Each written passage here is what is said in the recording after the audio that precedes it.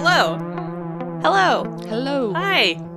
Welcome to Hugo Girl, a two-time Hugo finalist podcast, in which we read, watch, discuss Hugo Award-winning properties and other adjacent things, and also just stuff we like. I am Amy. I'm Lori. I'm Haley. Today we are talking about The Moon is a Harsh Mistress by Robert Heinlein. Originally serialized in Worlds of If from December 1965 through April 1966, it won the Hugo Award for Best Novel in 1967. This was the last of Heinlein's 4 Best Novel Awards, a record that has yet to be broken. Heinlein was a U.S. Naval Academy graduate, one of the Big Three, an aeronautical engineer, and one of the first to insist on hard science and science fiction. Okay. He's a sailor. Okay. Do we have any things to talk about before we hit it? I have a proposal. Okay. Can we talk about the Barbie movie instead? It's the exact Surprise! opposite. It is the exact opposite. I would call it fantasy. It is absolutely speculative fiction. Yes. Or is it science fiction? I don't know. not There's a terribly hard. portal. I don't know. Is it a portal Barbies fantasy? come to life. I don't know. They go to space to get to the real world. That's true. They do go They to go to space. boat. And they have a they go on a cold boat. Is the Barbie movie Star Wars or Lord of the Rings? Lord of the Rings. I haven't had time to think. Pop quiz. It's probably Lord of the Rings because there's, Okay, the only thing that I did want to mention was that we had a lot of listeners say that we were too easy on Heinlein when we read Starship Troopers. And so our friend Damo said on Facebook that he was looking forward to us doing another one of his books since we went too easy on him. And I was like about at the midway point, I was like, this book is fine. on Wednesday, Lori was like, what's to say they hate him? And I was like, then just Thursday. wait. Yeah, and then like an hour later, I was like, oh, I found it. Yeah. And so I replied to Damo on Facebook and I was like, why is this book like this? And Damo said, it's like this because Robert Heinlein wrote it. He did. And who recommended or requested this book? No one. We did this to ourselves. I mean, the big 4, although I'm happy to think that 3, Haley. No, not big 3, but he has 4 books that won the award. his big 4, yeah. But N.K. Jemisin has 3. I could see her winning another one. Oh, 100%. I think it'll be broken. Yeah. Also, if Arkady Martine keeps writing her, that's her books, who knows? Remember how great she was at the Hugo Awards? Her little space Her president suit. Yeah. suit. Oh, she was great. She could be a Barbie Land legislator. She could be a Barbie. Oh, Thank she you. would I be worked the really hard president. for this. That was the best part. Yeah. Barbie. Everybody go see it. She's sci-fi Barbie. And also Oppenheimer, also very good. Very different. I did Barbenheimer on the Friday they came out, and it was very fun and very weird. And it was like a thunderstorm, and the power went out during Oppenheimer. Ooh. It was fun. And you have a review up on Nerds of a Feather. I do, yeah. On the Nerds of a Feather zine, I wrote about my Barbenheimer experience. It was fun. I'm looking forward to reading it now that I've seen Barbie. Oh, yeah. Me too. There's really no way to spoil Oppenheimer. It's like, if you Yeah. know the bomb goes off, that's it. Yeah. But I did not want to spoil Barbie. Yeah, no, that's true. No, I was really glad I went in knowing as little as I did.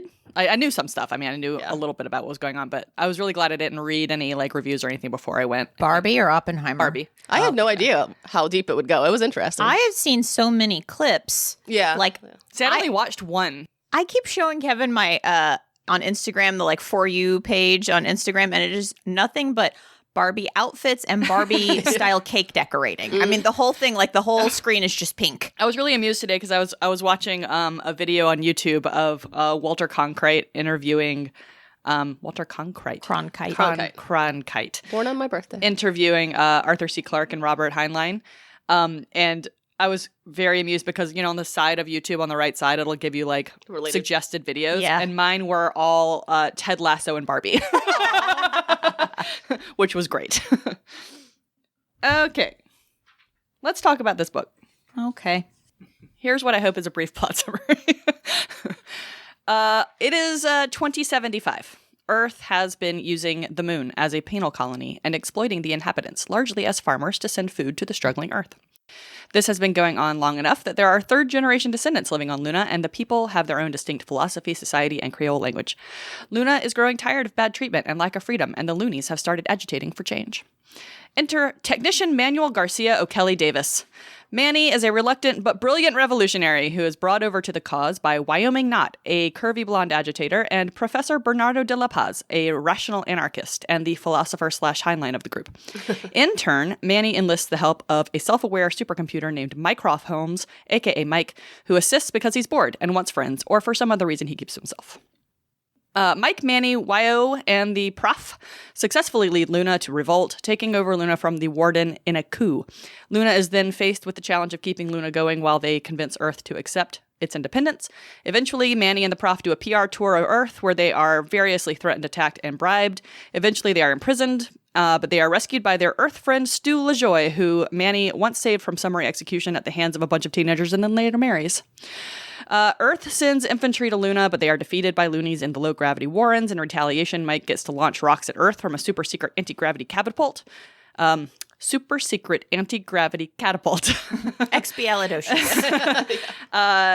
Earth then tries to do a sneak attack, but Manny beats them using Mike's second super-secret catapult, but not before Mike gets killed, quote-unquote, during the bombardment. Lots of heroics ensue to fight off the Earth ships. Earth eventually gets tired of having rocks thrown at it and capitulates. Prof declares independence and falls down dead. Manny and Wyo retreat from public life because the loonies aren't behaving as planned and there is no utopia, aka there ain't no such thing as a free lunch. Manny, Wyo, and Stu go live in their polyamorous... Polygamous? Line marriage. Whatever that means. Manny discovers Mike is dead and is sad. Presumably, Luna goes on to become corrupt. Great. The end. Yeah. You left out two things that I want to mention. Yeah. A very big part of this plot is that Manuel speaks like Boris and Natasha Moose and Squirrel. That's And also, I really like this line that I wrote after. So when the professor and Manny go to Earth, after what feels like years of reading about the professor and Mike being pushed around in bed in wheelchairs on Earth, they head back to the moon. Like they're always being pushed in, and he's just like, "Oh, I'm so tired."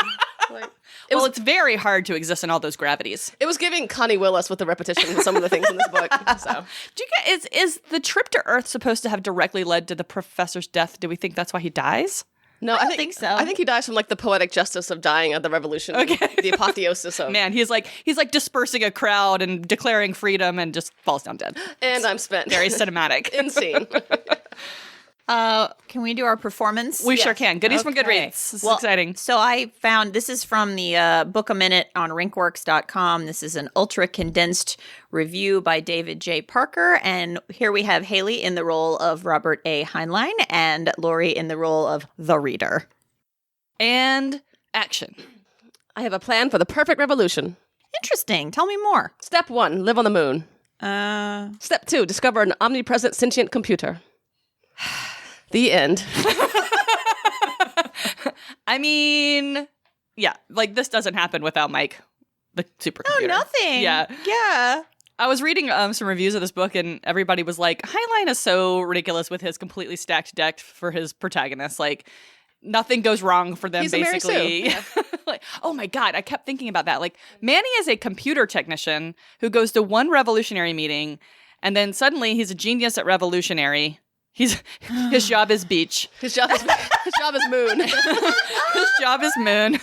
And like Wyo, who's been doing this for God knows how long, knows nothing. Oh, they keep being like, why, oh, honey. I'm sorry, honey. And no. explaining things to her, and she was in charge before. I was talking to Lori about this. Like, our general discussion will probably be short, and then most of this podcast will be misogynist moment. But so, all right, the last 50 pages. This is what Wyo devolves into. And in the beginning, she's like, let me tell you about revolution. But last 50 pages, she's mentioned women are mentioned 4 times. Had breakfast. Wyo had fetched from somewhere. Lenore fetched me breakfast. Was Wyo there with coffee? Wyo, hun, will you get my arms? Ah! That's like the last couple times she's mentioned. Robert? They're just there to help. Wyo, will you get my arm? There's another line somewhere that I underlined that was like, yeah, I know how to cook. I'm a man, but I'm married, so I remember that. And the one that said, no loony man in our family ever washed a dish. Yeah. I underlined more in this book than I have in the entire 4 years we've been doing this. Okay, now. We're starting. Should we do goodies from Goodreads? Sorry. I thought that was yeah. our goodies from Goodreads. Oh, no. Yeah. Okay, goodie from Goodreads. I have a short goodie. Yeah. Jason gave it 2 stars. Should be titled An Easy Startup Guide to Revolution and the Benefits of Polygamy. Not one of my favorite Heinlein. Too dry and bogged down in politics and bureaucracy. Felt like reading the terms and conditions to a policy. Aww. Okay. Annie gave it 2 stars and said, I have no idea why I read this. I despised Stranger in a Strange Land, but Moon as a Harsh Mistress is just such a great title. I'll give Heinlein that. He's a piece of shit, but he knows how to title a goddamn book. They're all pretty good. Yeah. Fun fact, this title came from his editor. Yeah, I saw that He this wanted to morning. name it something else. He's got one called Time Enough for Love, and that's like from a poem, I think. That's a good title. Yeah. Oh, there's one called The Cat Who Walks Through Walls. Stranger in a Strange Land, also good. He's got good titles. He gives good title.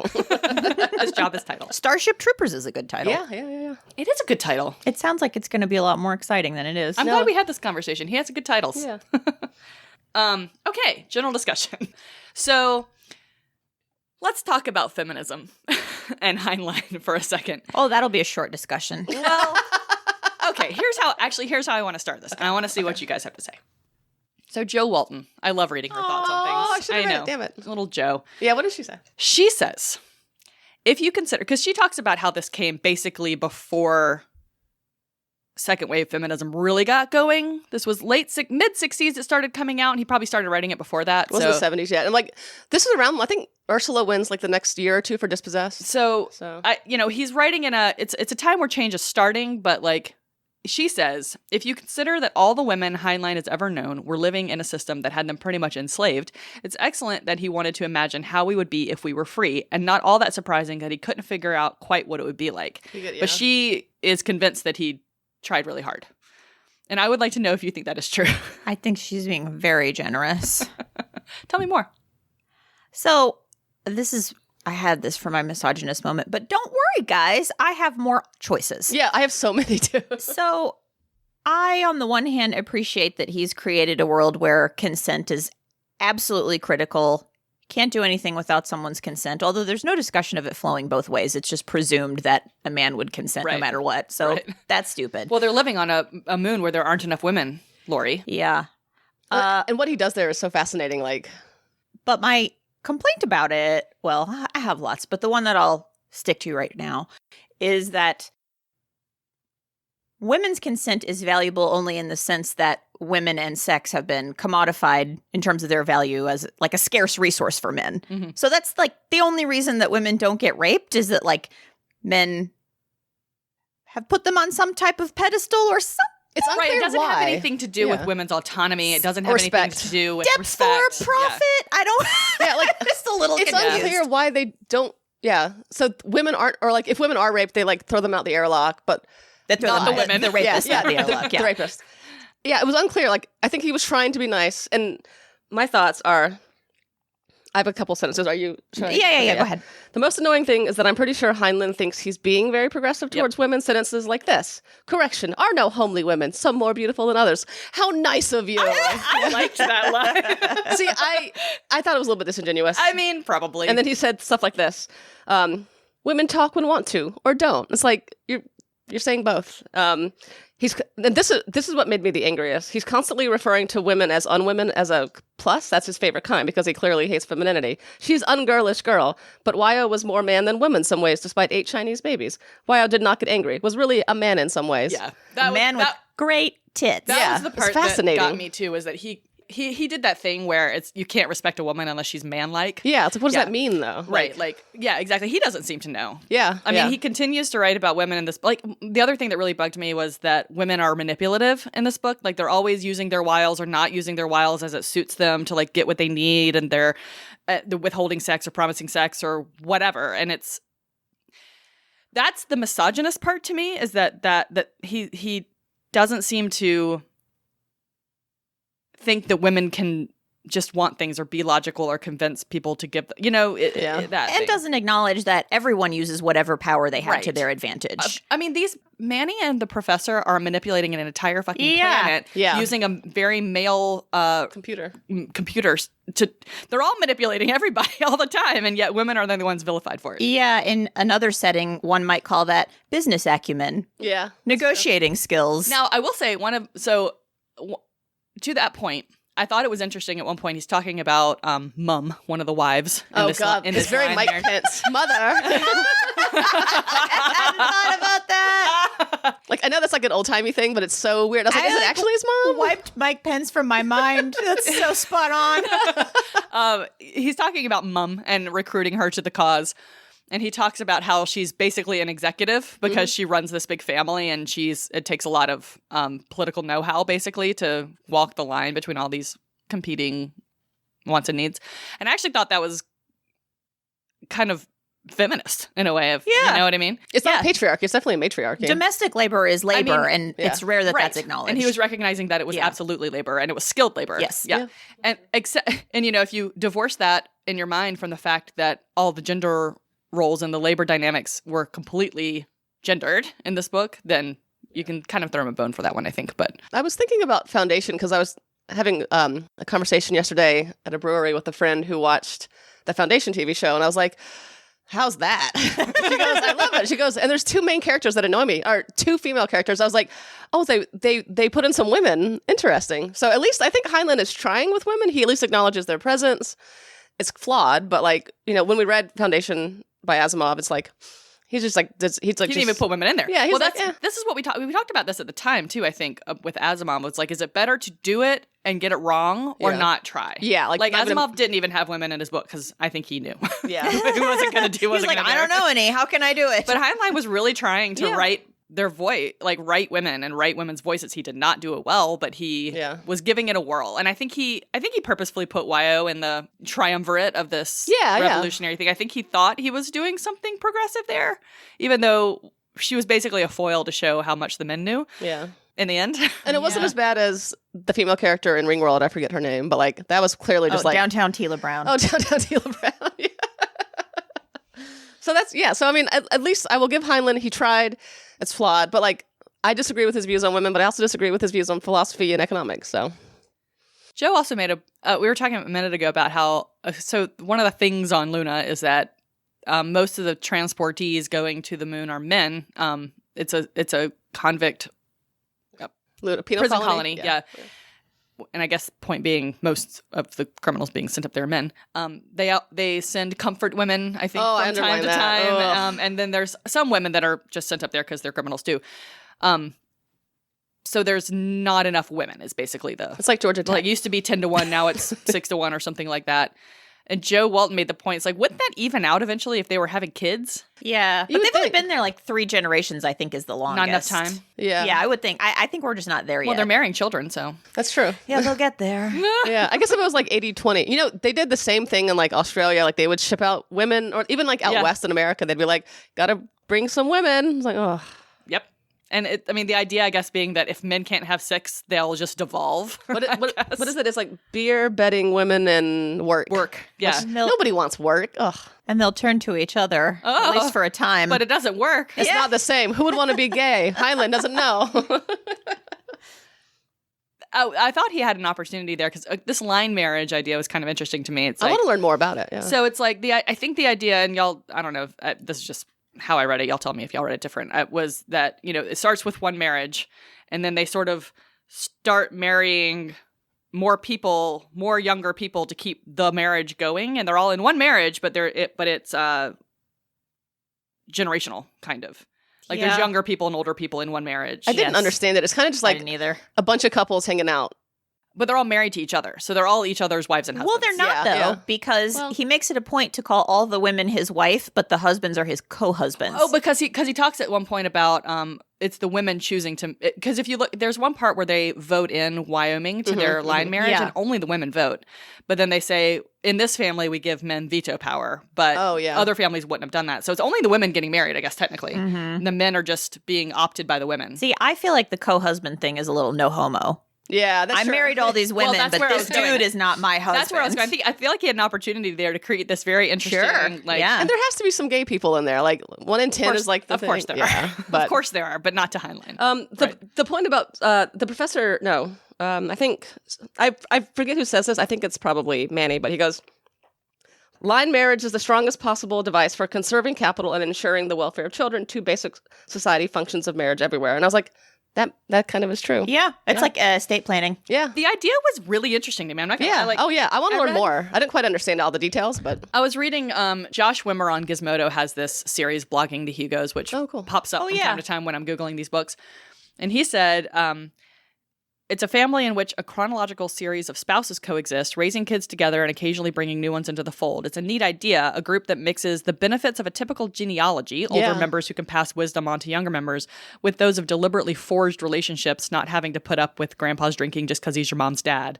But like, because you're forging your own relationship with them. I thought that was really interesting. I mean, the idea of having like so many people to help with kids is great. And it's feminist in a way. Because like, I mean, you talk about labor in the home. If you have a way to sort of divide and conquer, that's kind of one of the things I've always liked about polygamous relationships is that it spreads that labor out and you have help. Yeah, it also reflects the idea of communities that we really no longer have. Right. At least like white people typically don't have in the U.S. We have like our little nuclear family and intergenerational households in other cultures and previously amongst our culture were common, but not anymore. I think of like the standard American nuclear family post-1950s, the mom, the dad, the two kids.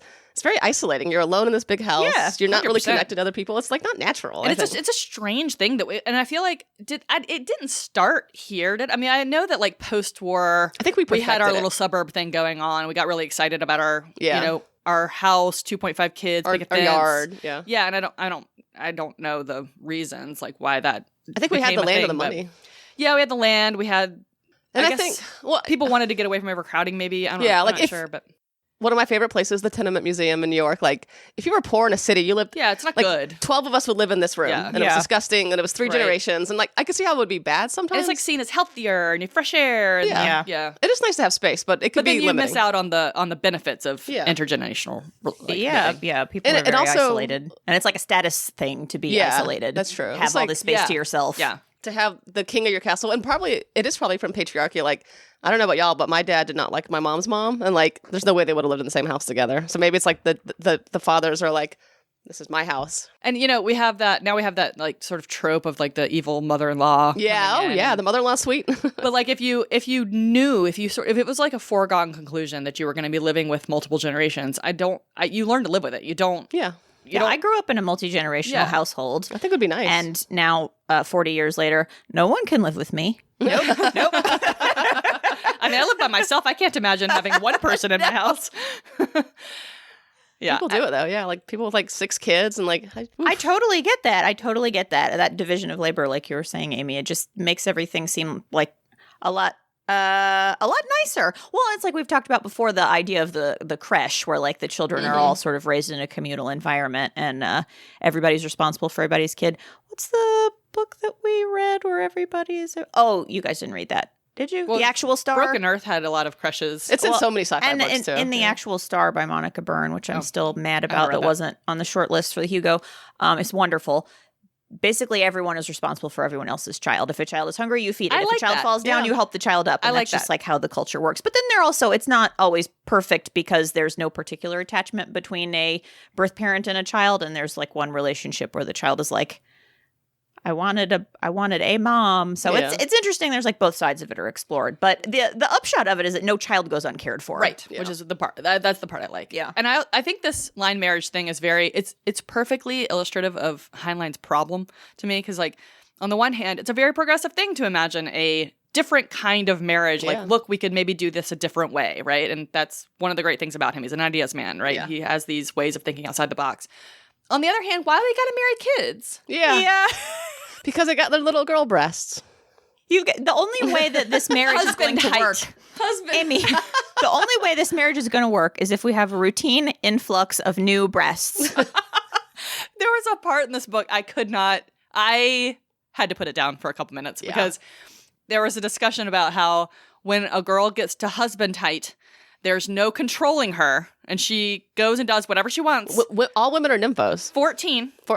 Babies are nymphos. When they become nubile, all bets are off. That was the same paragraph. That paragraph, oof. Husband height. What is that? You can't. That's in modern parlance we say old enough to bleed, old enough to breed. There's grass on the field. Yeah. I'd like for that to be edited out. I do not want my voice on the internet saying that.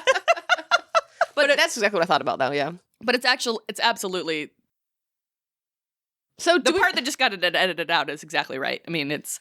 Do we think that not everything a character says is indicative of what the author thinks when we know that? But like He says it a lot. I have that exact thing that you just said, Haley, in my notes. And I think that this book, to me, it is very clear that Heinlein is like, this is how things should be. I feel like it's a fairly uncomplicated, like, Heinlein is like, yes, free market. Yes, 15-year-old wives with their lovely little girl breasts. I mean, maybe not everything, but I don't see this in any way as held up for critique. Yeah. I mean, if I wrote a short story and shared it with you guys and I was like, man, those 14-year-old boys, when they get like scraggly hairs on their chin, that's when you gotta marry them. You'd be like, what the fuck? I mean, I do think, generally speaking, it's been more accepted forever of course, to marry younger girls. Obviously, that's not a new concept. Yeah. But the adulation of the just developing cushiony curves. I know. I even was like, okay, we've got teenagers marrying people, and I just sort of like read around it. I was like, whatever. But then he starts talking about their bodies. It gets gross. Yeah, it gets really especially gross. Hazel's, and like when he convinces his family to start stalking her so that they can get her in the family. That's when she's the one that gets the cushiony curves. Yeah, that's thank God. The moment that broke me. Yeah. I was sort of just reading around the misogyny. I was like, okay, she's thanks for telling me she's beautiful. But like, YO at least is like a full-grown woman. She knows what she wants. She's, found her purpose in life. And so, okay, a little objectification on the side. It's fine. But then when he's like, oh, remember that little orphan girl that we adopted? The tits have arrived. We've been waiting for this. No. Like, when was Lolita written? Because there's a couple of lines that I wrote. 50s, I think. So this is the post-Lolita world where he says things like, she was possible 12, at age when femme shoots up just before blossoming out into rounded softness. Will you read that again, but like moose and squirrel? Yeah. She was possible 12. At stage when femme shoots up just before blossoming out into rounded softness. She was vapid little thing, vacantly pretty, curvy, perhaps 14. That was vacantly pretty. I want him dumb. She's vapid. Yep. She's vacant. She's blossoming. How is someone vacantly pretty too? Like, you haven't talked to her, but you're sex like, doll. You're like, she just looks like a sexy dumbass. She's just the thing that I will have sex upon. Yeah, Lolita was 55. So those were several of my misogynist moments, but we can't contain it to one category. He's too powerful. Yeah, I sort of regret that we called Dragonflight misogynist moments, because that would be a good title for this. There ain't no such thing as a full lady. Yeah, that thing you shared was so funny with all the different acronyms. Oh yeah, can we read that one? Yeah. Yeah, I just think it doesn't... We'll put it in the show notes. Yeah. We don't have to pronounce like Tan Stapdal, but I think saying what it stands for is funny. Tanstafal. Yeah, let me... Could you imagine the red flag if you went on a date with some man and he had Tanstaffel tattooed? I also looked up the flag of our Luna, our new free Luna, was interesting to me actually, because it's a flag that has a gold cannon on it with Tanstafal on the bottom, and it's sort of a flag to futility, which I think is fascinating. Yeah, it's like a flag that's something that to nothing. It's so weird. If someone had Tanstafal on their arm, I would honestly just think they were a little bit of a nihilist or something. Yeah, ain't no such thing as a fear. Okay, I found it. Okay, this is from Goodreads, and the user is From Couch to Moon, and they just created a lot of acronyms in the style of Tanstaffel. So we've rewritten Tanstaffel as there ain't no such thing as a fair libertarian.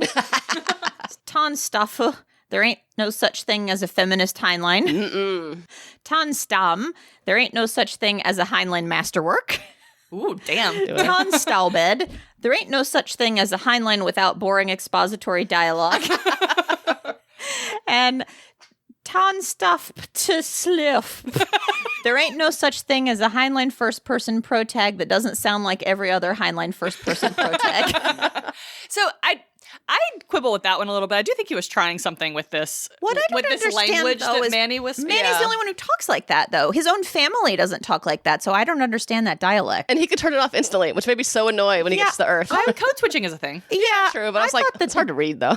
I thought the dialogue was fine. I mean, I found it hard to read. I got over it. I got used to it, and I was like, okay, he's giving him a very unique voice. But then I was reading, I think, some stuff on Goodreads maybe, and someone pointed out like, why doesn't anyone else talk like that, even in a private conversation with him? And when I thought about initially, Prof doesn't talk like that, but Prof's originally from Earth. YO doesn't talk like that, but YO is from Hong Kong, I think. So she's from a different region of the moon. So, okay, they don't talk like that. But within his own family... Sidrus should talk like that. Yeah, why doesn't anyone else talk like that? Do we get any... I guess the only big speeches we get from the family where we would be able to detect it. I think Greg makes a little speech when he wants to marry Wyo. And I'm trying to think back. Mom talks a lot. Yeah, Mom talks a lot. Does she have like long? Yeah, I guess she does. I mean, she has full sentences, not like speeches. She says but things in Russian. She does use Russian. Nobody words. else talks moose and squirrel like him. Yeah, like there's. That's true.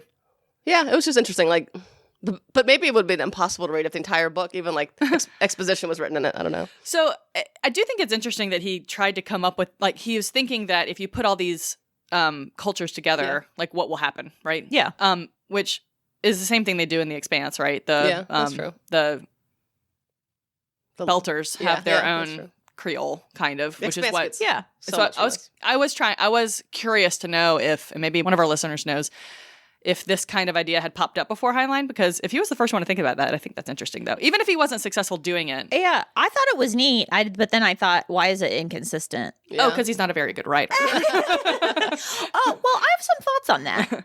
I actually think that the writing is inconsistent in the sense that he writes these really good action scenes and then spends like 3 chapters being like, and then this committee met, and then they voted on this, but then the vote was probably rigged, but I'm not sure, and I'm not going to tell you.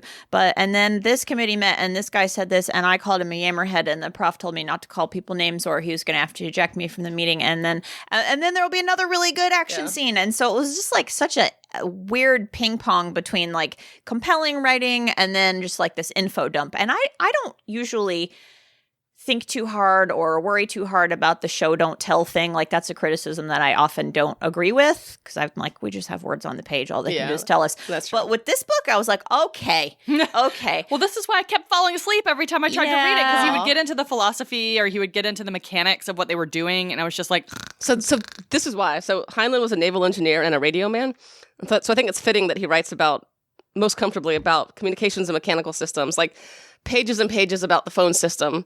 It's like reading spy fanfic. He's like, that's true. I mean, it's cool. Yeah. Like, it makes sense that he has a secret code, but like, I don't need to know everybody's code. And for different readers, they might respond better to that. Yeah. And it makes me think about when we had Emily Duden, the physicist, on our physics special, and she was talking about how in Joe Haldeman's book, The Forever War, and he talks so much about G's and this and that. And she was like, oh, well, when an author does that, it's because they want you to know that they know about it. And I think about that a lot when I read hard sci-fi. That's true. And I'm like, oh, they're telling us what they know. Heinlein wanted us to know how much he knew about telephone splicing. And if I knew a lot about telephone splicing, I might want you to know that I knew that. I did think it was interesting. And I also thought it's interesting to conceive of what this book would be like if it was now, when communication looks so different. Mm-hmm. I would be curious to know what Mike would do now. With the internet. I would like to see Neil Stephenson rewrite this book with modern technology, because he loves hard science, and it's my quarterly mention of 70. It's one of my favorites. And like he gets into the details of going into space, and I looked up every sentence of it. It was great, but yeah.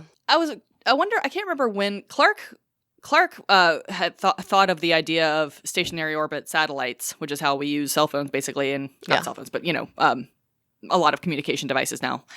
And they were friends. And I wondered but I don't know if Clark thought about that later or if he had thought about it at this point, but it seems like it would have been an opportunity for him to like try that out here, because instead of using hardline phones. Yeah. I also thought it was very funny that Mike was able to read every book that was on microfilm. And then once he got suction cups and could hold books, then he could read things that were on paper. It was so cute. Oh, Mike was so cute. Let's talk about Mike. Okay. So Mike, I love Mike. Mycroft Holmes.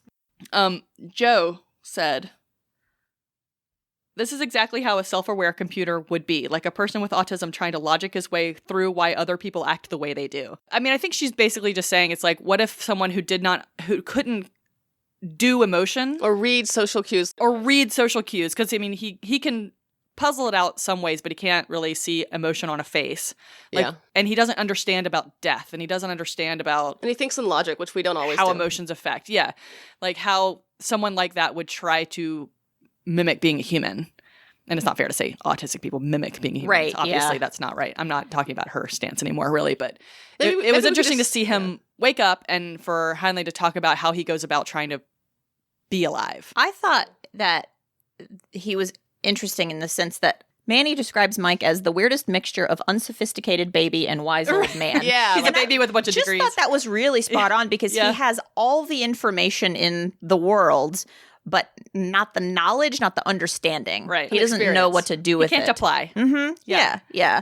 And I thought that was very astute. And I thought him learning the jokes was so funny. Oh my god! I have a Funny once, funny never. yes, I and love it's so that. true. It is. And it's so hard to analyze humor. And I love to do it. Yeah. I was like, why did we just laugh at that stupid thing? And it's fun to think about sometimes. Because sometimes I don't know. I'm just like, And it's funny. I also liked it when Wyoming and Manny are like looking over these jokes and talking about what they found funny and what the other person didn't find funny. Yeah, they're like, and no, yep. Like Wyoming's not laughing at things that Manny would laugh at because they're juvenile, and Or like, Manny this is was misogynist. or she's like, yeah, no, women would just do that. Like, it's not Yeah. funny. Yeah. I thought that conversation was very interesting. I really enjoyed that in particular because I have a good friend through work who has a daughter who just turned 7, I think. And she had told me a little bit about how her daughter is learning to understand jokes Yeah. and like trying to make jokes. And it's just like separately very funny to watch her sort of unpack like what makes a person laugh and why and like Yep. get it wrong. But then when she gets it right, it's like extra funny. It's also, I remember having a conversation with someone one time about, you've learned another language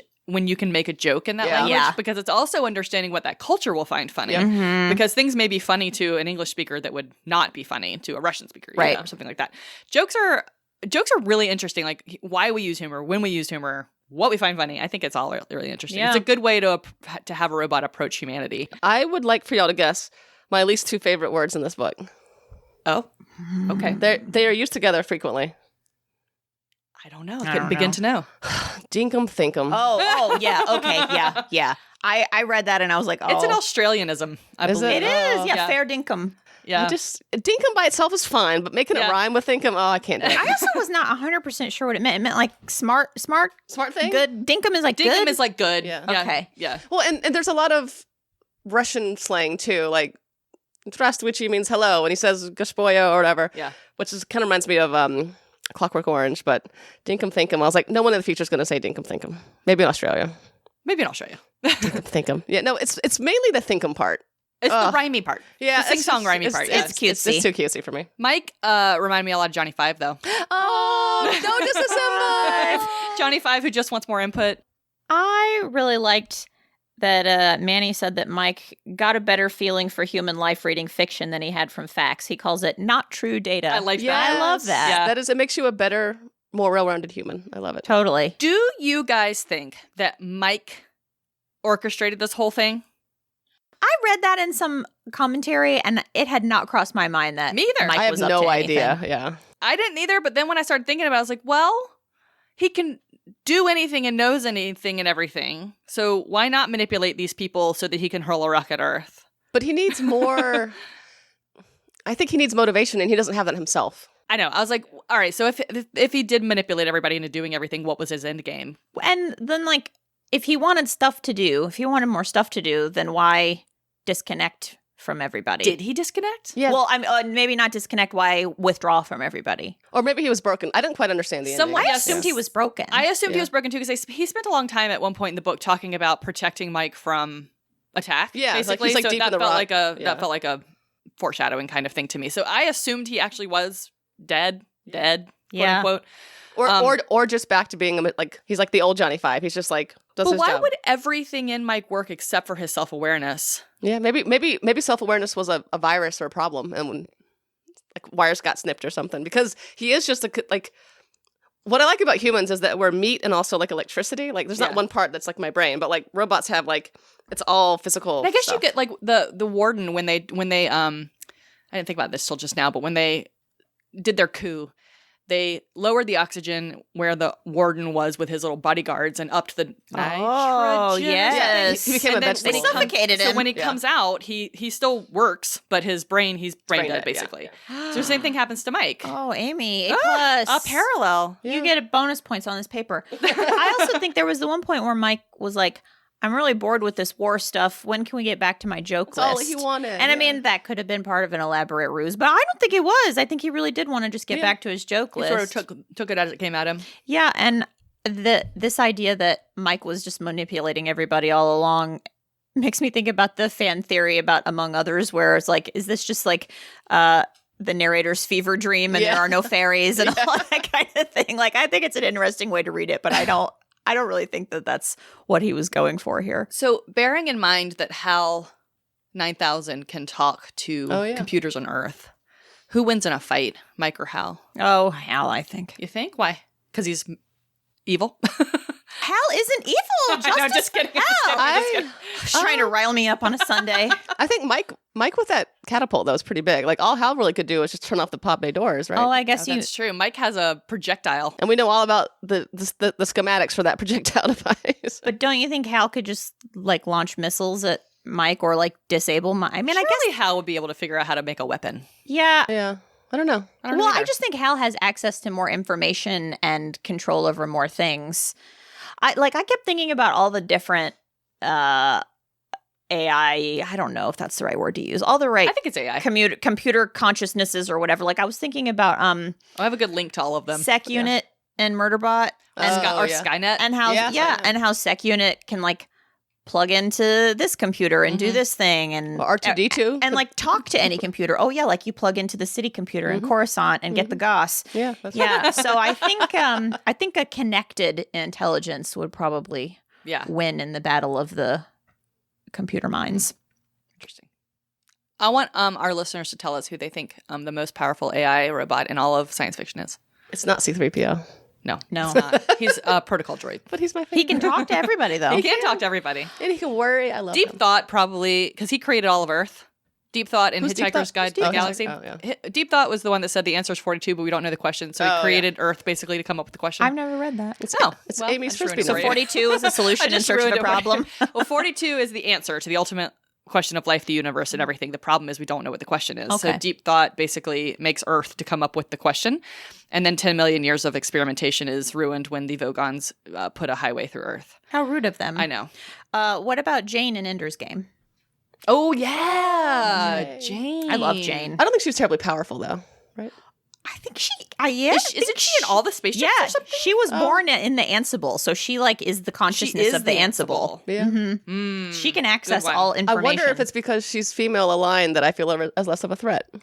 Oh, I think she's more of a threat. Oh. you underestimate her at your peril. No. What's funny is that I am never afraid of robots. I don't think they have the capacity for harm, but I think they're amoral, right? Which is scarier to me because they don't have they wouldn't have any pangs of conscience by doing anything. Yeah, or like they would do be something means to an end. They would solve a problem, and if like it accidentally hurt humans, they'd be like, "Well, I was solving problem X, and this was a corollary." Right. Yeah, that's true. Unless they were taught this is not an outcome you want. Yeah, So, well, there's the law of robotics. It's like first never hurt a human, right, which is a nice thing for a human to create. Well, yeah, that's a law that we made. Yeah, exactly. If they become self-aware though, and they have their own, ends. And do they ignore that? Yeah, and I guess you could be like, we're eliminating humans because they're a threat. It's the right thing to do. When does Chat GPT rise up? Oh, chat. Okay, I have a question. Okay. And a complaint. This is really more of a complaint than a question.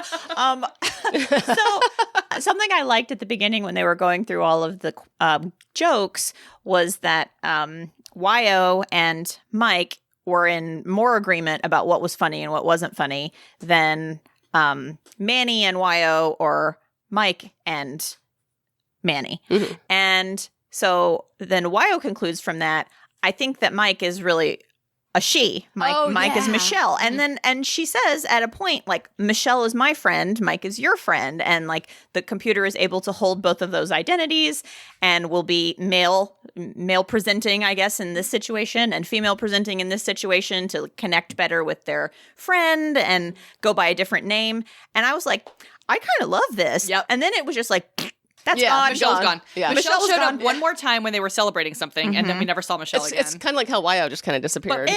But for a second there, it was Heinlein saw non-binary. Yeah, he did. Yeah. Or trans. Like gender queer. Yeah. But no, I also thought this was kind of funny that this was a non-binary entity that only exists in binary code. Yeah. Oh, he didn't think about that. Yeah, no. But I did. You did. Yeah, you're getting all kinds of bonus points on this paper, Amy. It kind of reminded me of, like, in Contact, when the aliens come to you and, like, I'm going to be your dad because you love your dad. And this is, like, less scary than coming as, like a Cthulhu monster or something. Right. So, Oh. so like, Yeah. But then the flip side of this is, like, well, maybe that's Heinlein saying, like, well, a woman can't possibly talk to a man robot. Like, got to give you the Barbie version. I like Michelle, Wyoming was like, well, the minute she became a girl, we just let our hair down and had girl talk all blah, night. blah, blah, blah, blah. I didn't mind that at all, actually. I was And they like, talked about gynecology. I was delighted that they had that rapport. I was delighted that as soon as Mike understood why it would be embarrassing for a person to see nude medical photos, Mike was like, I'm locking them away. Yep, He was deleting the nudes. I really liked the beginning of this book. And then I liked it less and less. But for a while, I was like, this is pretty great. Yeah. I think there's some great stuff in here. I agree. Oh, on page 85, so Lori had her pony adventure this week, but the professor in the book has a problem with betting on ponies. And so someone says, Professor, can you get your mind off ponies? No, Lori, never. Lori, can you get your mind off ponies? They're too Get your mind cute. off the ponies, girl. Do you guys think Luna was better off before the revolution? You know, I think so. I think this book, you know, one of the whole things is all governments are bad, which is a ridiculous statement. And also, do you think that the professor is just a libertarian Merlin? Well, he's Heinlein, right? Every exactly. Heinlein book has a Heinlein in it. Yeah, like the idea of the moon as a libertarian island paradise was just like barf. Well, I don't understand how it is libertarian to have a cabal of elites who are lying and rigging the system and rigging elections all through the use of an omnipotent supercomputer to give people the impression that they have free choice. Oh, I have the answer. Like, I don't. She has the answer. Yeah. Somebody says, I think it's the professor, he goes, I am free because I know that I alone am morally responsible for everything I do.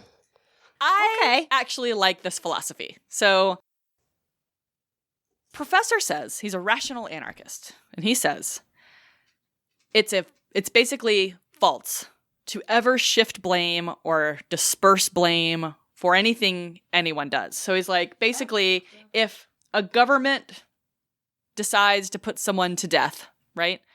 Whoever actually makes that decision is responsible. Whoever, pulls the trigger, does the electricity, whatever, they're responsible. And he asks, in that sense, is there ever a time when the government is permitted morally to do something that any individual in that government would not be permitted morally to do on their own? Which is a fascinating question to me. Yeah. I'm not mad about that. I'm just deeply confused about how they're all like free market and free will and everyone has to make their own choice. And then they're like, but we fudged the numbers on this election with our supercomputer bestie. Yeah. And doesn't that just show that, like, there's no way to have, I think it's a libertarian thing. And there's no way to have a government that isn't corrupt. Yeah. Right? Yeah, so are we corrupt too? It's like, so if Heinlein is this libertarian Merlin character, then are we supposed to look at what he's doing as wrong? Because like they have kind of the definition of like a nanny state here. They're like, I know what these people need. They need a free market, so we're going to get it to them through subterfuge. Right. Which he says is like morally reprehensible to tell a man what he should do. Right. He hates it, but like that's what you But did. then he does it. Right. My thing with all of libertarianism is like the whole bootstraps thing. It's like, so if your society enables a man to starve and he steals a loaf of bread, he should be punished. I was like, no, like, yes, what he did was morally wrong and he's responsible for it, but like he didn't ask to be born into a society in which he lives in poverty. And Do you think that they say that? Because I think that's the implication of like everyone's choices. Like he alone is morally responsible for everything he does. Yeah, Well, but I just don't think it's more immoral to steal a loaf of bread to not starve. I agree. I don't think it's immoral in the first place. Yeah, but I think he says that every man's free to make their own choices and obey what laws they want and not obey the other laws, but there's no such thing as a free lunch, which means you have to be there's consequences, right? Yeah. You just have to be okay with the consequences. You have to understand that you exist in a society where it is illegal to steal that loaf of bread, and while it makes total sense in your life to steal the bread, you then have to deal with the consequences of your actions. Yeah, that's my disconnect, and I think you're living in a bad society if you can let children's lunches at school rack up debt. Well, right. So, and that's the problem with capitalism, right? yeah. Like, I don't think libertarianism exists outside of capitalism because It's a reaction. yeah, like I mean, like it's one at this point in our society and life, I think it's hard to imagine a world outside of capitalism because it's just all we've known for 200 years, 300 years. But like, when a lot of like a perfect example is like the preppers, like they can't wait for society to fail because they've got all their stockpile stuff. But like you have to live together with other people, and like it just seems like a very weird, not sustainable lifestyle. I have a confession. I thought I was a libertarian for a few months in like 2004. Everyone did, I think. And then my roommate goes, do you like roads and 911 and fire departments? And I was like, oh. Libraries. That was all it took. I was like, oh. So it was an easy fix. Do you But think kids should get food stamps when they're starving? Yes. I feel like I needed to confess that. It's Okay. I mean, You guys still be my friends? I think there's a line. I think everybody is a libertarian about something, if that makes sense. Like, everybody has a thing where they're like, I wish the government would just get out of this. You know what I mean? It's true. I mean, okay, so before I diverge, there's another quote from the professor. Sometimes I think government is inescapable disease of human beings. Who hurt this man? Did a senator punch him in the face? I don't know. And it's fascinating that he says the word government and not like monarchy or tyranny. Like even like a nice city council, just like disease. I don't get it. Well, they all become diseases because they're all made up of people. So maybe he just hates humanity. Maybe I'm an anarchist. Irrational anarchist? Yeah. Are you libertarian Merlin? Libertarian. Okay, boob talk. Can I say one No, last... wait, we're not at boob talk yet. I have one last stray thought. I think that Stu LaJoy is Asimov. Oh, interesting. Has a different political view than Interesting. Merlin, and he goes around patting everyone on the ass. Yeah. And I said that on Facebook in a conversation with a friend from high school and Damo was like, this is a trenchant point. He was friends with Asimov, the man with 1,000 hands. Yeah. Interesting. Yeah, I think that's his buddy. And Stu's a monarchist. I think you're probably right. Mm-hmm. Good job. A+. Thank you. That's the end of my thoughts. Lori, what's your feminist fave? Well, I said this earlier. I wanted to say that it was that consent is basically never violated on the moon, but he ruined it by making women a commodity that men value rather than being about how women are people, and it is taboo to violate a person's bodily autonomy. So you have a heavily caveated feminist fave. Yeah, I don't have one. I initially wrote, I don't think there's one feminist thing about this book, but then I wrote Michelle versus Mike, and then also Ladies from Hades. That was funny. That was funny. I liked Ladies from Hades. That's like the women's auxiliary corps. Yeah. Amy just like her mouth is open. Her There's a couple she's things. cast her eyes toward heaven. Please help. Send me an idea. me a feminist favorite. There was a couple things he like almost does, you know? Yeah. So I think my feminist favorite about this book is that he tried. I will grant you that. I think he was addressing women. He had multiple thoughts about women. Yep. He has the marriage stuff. He has a main character, which is a lot to say for a 60s sci-fi guy. We exist. He tried. We exist in this book. He tried, and he invented a society in which it's polite to wolf whistle. So he failed. Yeah. He failed. But he tried. But and also, none of us, we exist, and none of us are described as too ugly, too old, too fat. Yeah. That's true. Do you know what he did? He shot for the stars and landed on the moon. Oh! I don't know if you get an A+ or you're fired. Oh, no, A++. No, A++. Misogynist moment. We've been talking about them. Okay, we got slot machine types, which he never does. Well, we never talked about the slot machine. He never defines, but you know what it is. My impression was it was a promiscuous woman. Or like a sex worker. sex worker. Yeah. We talked about the lovely... I think Ludmilla's death is like awful. Ludmilla's death by bullet between her lovely little girl breasts will go down in history as the worst misogynist thing of all time. Of all the things we've read, that is maybe the reason we still do this podcast. Like, that is ridiculous. I also didn't like the division of labor. Like, women own beauty shops, but they can't be the judges. We're pink. Apparently. It's like the patriarchy Mojo Dojo Casa House. I had too many. There's too many, but You have to pick one, Lori. My overarching point is that no woman or girl is ever mentioned in this book without also analyzing her through the lens of her beauty or sexuality. Yeah. Like, he could be, you could have like a woman who's a computer whiz in this book, and he would be like, and also let me tell you about her butt. But her tits, there's just, the one doesn't exist without the other. I'm almost surprised he didn't, when Mike turned into Michelle, be like, and then she had beautiful pouty robot lips. And the only body we get for any men, I think, is Manny's arm. Yeah, which he right? talks about a lot. Maybe that's like a phallic thing. I actually think so not being a physically disabled person, I think it's rare that we have a physically disabled Joe made this point. hero. That's true. That's true. And I like that he talks about his prosthetics. He switches them out. He uses his lack of an arm to his advantage. When he wants to make someone uncomfortable, then he uses that prejudice to his advantage. He manipulates people using his body? He does. Yeah. He does. Also, I forgot to make a note of this, but I really thought it was very funny when he would like beat somebody up. Basically, he would be like, and I gave him number 6 arm. I think about that a lot in 11. I use number 7 I'm arm. going to use number 6 arm. That was his ass whooping arm. Joe also made the point, this is a little off topic, but Joe also made the point that when Manny gets shipped down in the grain cargo hold with Prof, they forget to put his arm back on him when they strap him in. And she's like, this is exactly the kind of thing an ableist person would do because they just would not be thinking. It's not malicious. They just would not be thinking. And he has to kind of maneuver around in there without his arm. And she's like, it rang so totally true. Yeah. And I thought that was really interesting. Yeah, he did a good job with that, I think. Hey, boob talk. Oh, I have a motion to rename forever the Boob Talk session the Robert A. Heinlein Award for Boobiest Talk. Second. Yeah. Third. My favorite was a glance down at her lovelies. Her lovelies. Which isn't the worst thing I've ever heard, but like, come on. We've already talked about mine. I mean, the whole thing is boob talk. Her lovelies. The lovelies. That's one step away from the jubblies, so. Cushiony curves. Jahoobies. Really got me. Jahoobies. Oh, Stephen King. The 14-year-old's cushiony curves. Fantastical food. They mention a steak in the beginning with like a baked potato, and that is about it. They have soup a lot at the Davis household. Yeah, there's always like 5 o'clock soup. Yeah.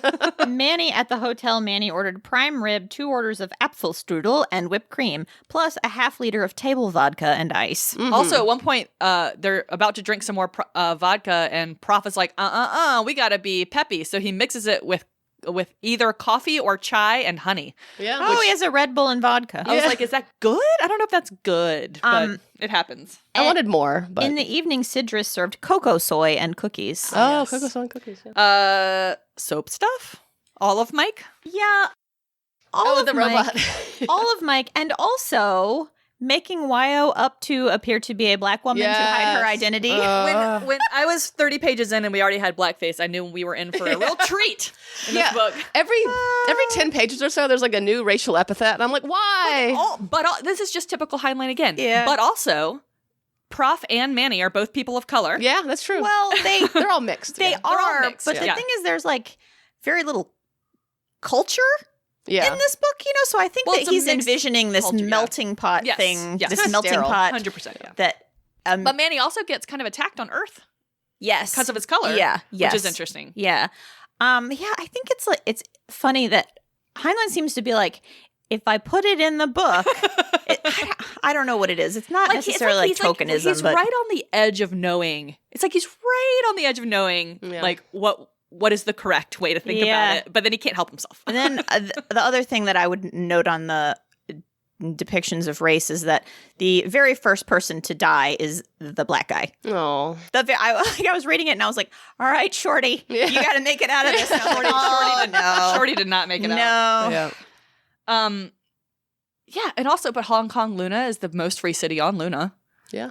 Like, I don't know. He's right on the edge. Oh, Robert, do better, buddy. Yeah. Good job, but do better. Bad job, but do better. Bad job. Yeah, bad job.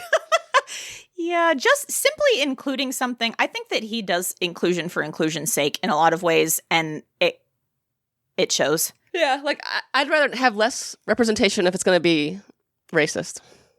It makes me think of Starship Troopers. Starship Troopers everybody was very racially diverse. Yeah. Was that later?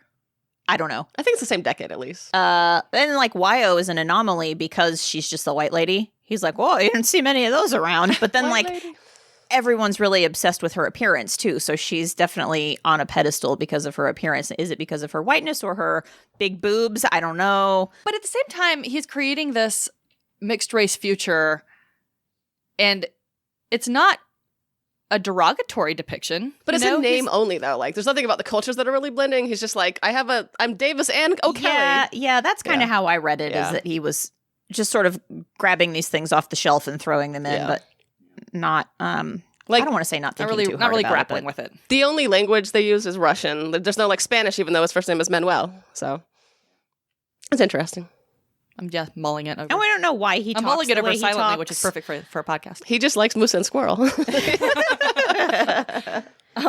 be funny if he talked like Pepe Le Pew. He's like, there is a Zimoon. Ooh la la. I mean, actually, Pepe Le Pew would be a perfect character for this book, That would be frankly. cute. He's very grabby. Yeah, that's true. He could, That he is would, true. He would be Pepe Le eliminated. Stew. He'd be eliminated immediately. Professor Le Pew.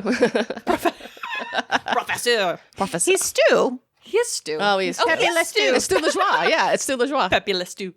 Oh, Stu LeJoie. He's French. Did you like this book? Nope. This was tough. I thought it was fairly interesting, if long and drawn out, and anti-women and libertarian nonsense. I liked Mike. And I forgot to mention some of the very quippy wordplay. I thought he had some very smart, witty things. So Wyoming, her nickname not? is Why Not? I got that when Mike got that. I did not pick up on it right Why away. not? So I was right there with her Mike. her first name's Wyoming. Her last name is not. People call her. And Like she's the like, please Why call Not? me Yo, because she doesn't want to be called Why Not. And then I also thought it was very funny when Manny made the observation that when he went to Earth and everybody's always sick on Earth and people aren't sick on Luna. And he said, I always thought the common cold was just the state of an ice miner's feet. Oh, he's And literal. And then he said, he's like Amelia Bedelia. He's Amelia He said, the hearing was one-sided. We listened while the chairman talked. And then the last one, I have one more. The only camera in this session was its in-camera nature was closed. Oh, that's a legal joke right there. In camera. He really has some good jokes. I think this man is a smart man. He's funny. Another thing we didn't talk about was the interesting legal system they came up with on Luna. This sort of like legal system by the people of the people. Like you Of just the go, computer that you rigs just- everything. Well, now. you just go. Well, I was thinking more when Stu's about to get eliminated, and like you see that like when you need a judge, you just go find a person who sometimes moonlights as a judge. Oh, yeah. And you go find some jurors, and then you have a trial. Oh, yeah. Manny acts as judge because the regular judge wasn't in his courtroom, but Right. Manny was because he wanted to stop by and say hi. And Manny had done it before, so they just got him. Like I don't know. I thought that was interesting. Anyway, I guess I kind of half liked it, half didn't like it. Yeah, me too. I should have hated it more, but it was an interesting book. It is. Yeah. I mean, it was a little bit of a slog to read because I thought I did fall asleep every time I tried. I mean, to read. the Russian-esque dialect with like only subject, no adverb. You know, it was a little bit clunky to read, but I was interested in most of it. Yeah, that's just real Heinlein. It's real highlight. He did some good stuff. He did some bad stuff. I think Starship Troopers was easier to read, but this book was more interesting. I thought the action in this book was good. He does Me action too. pretty He does, well. yeah. I mean, he's an action guy for sure. I do think he does action well. I thought a lot of it was funny. I liked Mike a lot. This is one of those books where the misogyny kind of ruins it for me. Yeah. But Yeah. like if that wasn't in there, I think a lot of it is smart and fun. Yeah. As you said earlier, I think you'd like this book if someone else wrote it. Yeah. Yeah. We need Neil Stephenson to rewrite this book. And it would be Yes. so good. Yeah, if we could just have no little girl breasts. I also think the misogyny, like slot machine girls, Yeah. Yo's too hot to work in the field because she distracts the men, so she has to wash dishes. Yeah. I can roll with all of those Yeah, punches. yeah. But when we're like little girl breasts, I just shut down. I'm out. Yep. It's just, yeah. It's, Yeah. Star Wars or Lord of the Rings? Star Wars. I have a joke answer and a real answer. Yay. My joke answer is it's a Joe Rogan podcast. My real answer is it's Star Wars because there's space, rebellion, droids, and one female main character. I think that is correct. Okay. Yeah. It's unanimous. Woohoo, we did it. I'm also going to link in the show notes this interview with Cronkite. You got it. Cronkite and Clark and Heinlein because it's really interesting. And maybe in 12 months we'll read Stranger in a Strange Land. Maybe. What's the fourth book that won? Starship Troopers. This one, Stranger, and there's another one, but I don't know which. Got a retro for Farmer in the Sky. Oh, but maybe that's not it. There's one more that it wasn't one that I recognized. So we don't get Yeah. excoriated. Is it The Cat That Walks Through Walls? I don't know. Double Star. Double Star. I've never even heard of that one. No. What's up next? Snow Queen? Oh, yeah. Oh, yeah. When I tweeted our next upcoming reads, our friends at Hugo Knots replied, "Oh, no, Snow Queen." Oh, no. Oh, no. And then we have Carrie. our Stephen Carrie, King. yes. I'm excited about Carrie. I'm already planning our social media post for our Halloween. It's going to be Oh, good. yay. All right. Well, tune in, kids. Cool. Until Good next job. time. Good Bye. job. Bye. Bye. You go, girl. You go, girl. You go, girl. A hilarious podcast.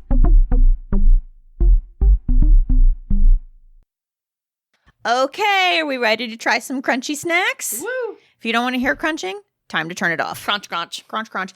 Okay, so the backstory on these is that I recently went to Chincoteague Island, Virginia. Kevin and I went. Kevin took me for my 40th birthday to go see the annual pony swim. Woo. I won't take up too much of your time. You can Google it. You can just Google Pony Swim Virginia and you will find it. And it was wonderful. And I wanted to go since I was 10 and it was the best vacation I ever went on. And Kevin is the best person. Aw. And also I brought back snacks. So first we have very on theme, very sci-fi, Old Bay seasoned cheese curls. Listen, if there's one thing that's going to space, it is Old Bay seasoning. Okay. Yeah. Amy, have a cheese curl. Ooh, the smell. Oh. Give me some of these bad boys. Fascinating. Mmm. It's like a cheesy poof had a baby with a crab. Yeah, it's like a low country boil. And you're having Cheetos with it. This is good. This would be so good with like an ice cold beer. It'll solve all your savory problems. I feel like Bloody Mary should have an Old Bay rim. Some do. I've had that before. God, these are delicious. Okay. I had a margarita this weekend that had a tahini rim. It's changed my whole life. It's so good. It's Changed so my good. whole life. I've been eating more fruit these days with tahini. It makes it a fun experience. It does. I don't like melons. Same. Yeah. And I had watermelon. I've never wanted to try melon with tahini on it because I just don't like melons. My friend brought watermelon to work and had tahini all over it, and it was delicious. It's so good. Yeah. I was like, oh, this isn't a gross, watery nothing fruit. Nope. Okay. Are we ready to move on to the freeze-dried ice cream sandwich that I purchased at Wallops Flight? What's it called? Wallops Flight Center. Do you remember any cool planes you saw? You should ask Kevin. Let's mic up Kevin and let him talk about the space place. Because I love planes. There were no planes. Well, there is a aircraft facility, but the NASA Flight Center is for sounding rockets, which, despite being like going to space camp and being a big space nerd when I was a kid, I'd never heard of. And these are rockets that instead of like putting things into orbit, they basically just shoot a parabolic arc and so they have instruments on them, and like while they are up in the ionosphere or whatever, mesosphere or whatever range they're going to, they collect their readings and then just come straight back down. And they are named sounding rockets after the sounding lines of a ship. Oh, nice. It all comes back to ships. Yeah. It does all come back to ships. Okay, so I have a real live NASA freeze-dried ice cream sandwich. It says right here on the package, space food, and it has a rocket on the package, and the flavor is Neapolitan. And according to the package, it's ready to eat. Are you ready to eat? I'm ready to eat. Hope it doesn't melt all over us. It looks like an ice cream sandwich. ASMR. Yeah. It really looks like an ice cream sandwich. It does. Okay. Oh, Shit. Oh, no. I did bring a knife in here. Oh, it's right here. Oh, there we go. Damn, these are so good. They're so good. I think the Old Bay might be the winner of our tasting. Oh my God. Oh, shit. Not for dogs. Actually, maybe it's fine for you to clean that up. No, Teddy. Okay. Yeah, this is kind of what I thought was going to happen when I tried to cut this. Yeah. But That's why they couldn't bring it to space. Explosion. so you're not supposed to have crumbs in space, so I don't understand how they could ever eat this freeze-dried stuff because it was nothing but crumbs. All right, Haley, take you a piece. I'm an old pro at these guys. I love them. Kevin, have a piece. Kevin, have you had this before? Not the ice cream sandwich, just the regular. I don't think I've had the astronaut ice cream since a child. I don't think I've ever had this. That's good. That's bad. Oh, I mean, I wouldn't choose this over anything else, but I don't think it's gross. I like how if you put just the ice cream part on your tongue, it'll just melt. Yeah, But like it disappears in kind of like in a fizzy way. yeah. Let me try that. It's Try that weird. instead of chewing. It's just gone. Yeah. Don't crunch. Let it. Let it melt in your mouth, not in your hand. Isn't that weird? Like. Amy has an issue with textures. Yeah. Oh, that's true. I'm not sure that I am on board with that. But it is it's a very different experience than the chewing. Yeah. I like it. My dog likes the crumbs that are on the ground. Yeah. It's like a lot of maltodextrin. Oh, okay. So our last one is, I got this at one of the beach stores. Peach Rings of Saturn. Space candy. Experience the future of candy. Freeze-dried peach gummies. And mainly we bought these because Peach Rings of Saturn made me laugh for like 2 minutes. It's funny. I thought it was so stupid. And I would like to ask you two, since this is space candy, but it's peach rings, is this candy Star Wars or Lord of the Rings? Let's taste it and find out. Oh, it smells very peachy. Haley. Ooh, they're so puffy. Oh my god. Oh, I did not expect that. There we go. Kevin. Because they're freeze dried. Are there any peaches in this? Unknown. This is very weird. The answer is no. Peach rings are generally chewy, like a gummy bear. This is, imagine if a peach ring were a Cheeto.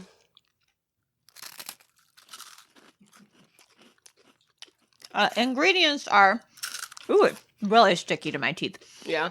Corn syrup, sugar, water, gelatin, citric acid, artificial flavor, lactic acid, pectin, FD&C, yellow number 5, titanium dioxide color, FD&C, red number 40. And I feel like I'm doing that that Pedro Pascal where he's eating the sandwich. I'm just like, oh, Kevin's going in for a second one. I don't hate him. You could have just had mine. It's really sweet. Yeah, it's like if a peach ring were I can't handle how sweet that is. I think I can only do one bite. Food maybe needs water in it to cut the sweetness. It says, our mission. What it needs is some Old Bay. What's a gummy bear? We are 3 space-obsessed, candy-loving friends who set out on a mission to reinvent our favorite sweets and create the future of how we experience candy. Join us, Chad, Jeff, and Zach.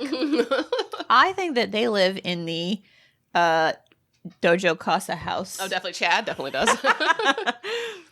The only store in the galaxy where you can launch your candy. What does that mean? Should I throw it out the window? What does it mean, launch your candy? When I go to the dentist again in September, this will be the thing that caused the cavity. No kidding. I need an Old Bay palate cleanser. Mm-hmm. Fascinating. Well, those were our snacks. I was going to make you guys try Chinkatinis, but it's a little early for a teeny, I think. It's 5 o'clock somewhere. Just kidding. Chinkatini is a drink that I invented. I'm sure no one's thought of it before. When we were on Chincoteague, very big on seafood. And the seafood that we had was so good. Have you guys ever had a fried scallop? Oh, yeah. No, I've only had... Oh, it was incredible how good it was. Yeah, imagine if you could just take a pat of butter and fry it. Yeah. It was so good. And so I was thinking that a dirty martini, but you replace the olive juice with clam juice and you call it a Chinkatini because they have a lot of clams there too. Like clams and oysters are like big business there. Yeah. I think it'll be good. I like oyster shooters. It's kind of like that. And my idea was to have a gin one and a vodka one, and then we could taste it and decide which one is better. But it's not 5 o'clock anywhere near here, so it seems like maybe a gross thing to do this early in the morning. It's hard to like have 2 ounces of vodka before noon. Yeah. Maybe another time. Also, I got from the Chincoteague Museum several recipes for oysters from I think like 1888 or something. Ooh, yeah. So maybe we can have Chinkatinis and oysters sometime. Yeah, that'd be and the listeners can just listen to us eat and drink those things. You're welcome. We should just have like a separate feed for our eating episodes. We can make hush puppies. I love a hush puppy. Home cooking with Hugo, girl. I also love a hush puppy. So if you go to Chincoteague, the place to eat is Captain Zach's Seafood. Captain Zach. Get the seafood platter. Take a friend. Take a few friends. We got the seafood platter. It was $44. And we were like, hopefully that'll be enough for 2 people. I was like, I wish I had my 2 friends here because it was enough for 4 people. It was so much. We had fried clams, fried shrimp, fried scallops. I feel like Bubba Gummy. Yeah. I was about to say boiled shrimp, Coconut shrimp shrimp. salad. And then a big piece of fried fish, which was fine, but it was not the star of the show. And the hush puppies were so fucking good. And Were there any remoulades or sauces? yes, and cocktail sauce and remoulade sauce. And then we got a basket of fries and a basket of onion rings, which were the most perfect onion rings I've ever had. You know, when you bite into an onion ring, most of the time the onion pulls out of Right the out, breading, yeah. and then you've Same got a with one of those long weird fried pickles, donut. same thing. Yeah. This was just perfect. You just bit Aw. into it, and you got exactly what you bit. Hell yeah. And the rest of the onion ring waited politely for you to eat it too. It was so good. I'll be thinking about that food for the rest of my I life. can't remember the last time I had an oysters onion too. ring. I usually don't order onion rings because of that. Yeah. I can't remember the last time I had an onion Well, ring. Captain Zach's. You can get there on your I'm bicycle. on my way right now. Heaven might be a seafood shack. I love It might be. I do love a seafood shack. teddy bear. Okay. Anything else? Everybody Anything else run we to your need to nearest seafood shack. We're now officially an over 40 podcast for everyone. Oh yeah, we are. The podcast is over. The Join hill. us on the downhill side. As we get angrier and angrier. Old crones. Oh yeah, it's just gonna get worse from here. Okay, anything else, guys? Anything else we need to eat? I think we're good. Amy, you didn't finish your Ring of Saturn. Sure didn't. Did we decide if that candy is Star Wars or Lord of the Rings? I think that candy is Star Wars, personally. Why? Just It vibes. just seems like this kind of thing you'd eat in Coruscant. I don't But know. I could see a Hobbit being like, "Oh, it's so sweet, sea," or something. I don't know. That was very mean of me. I made that. The blueberry coffee cake I made was very hobbity. It was hobbity, and I really enjoyed it. What was Hobbity about it? Well, they it's have very little home cakes. cooking. Yeah. Oh, Yeah. it was good. They like a tea and cake kind of situation. That's true. All right. All right. Bye. Bye. If you made it this far, thanks. Bye.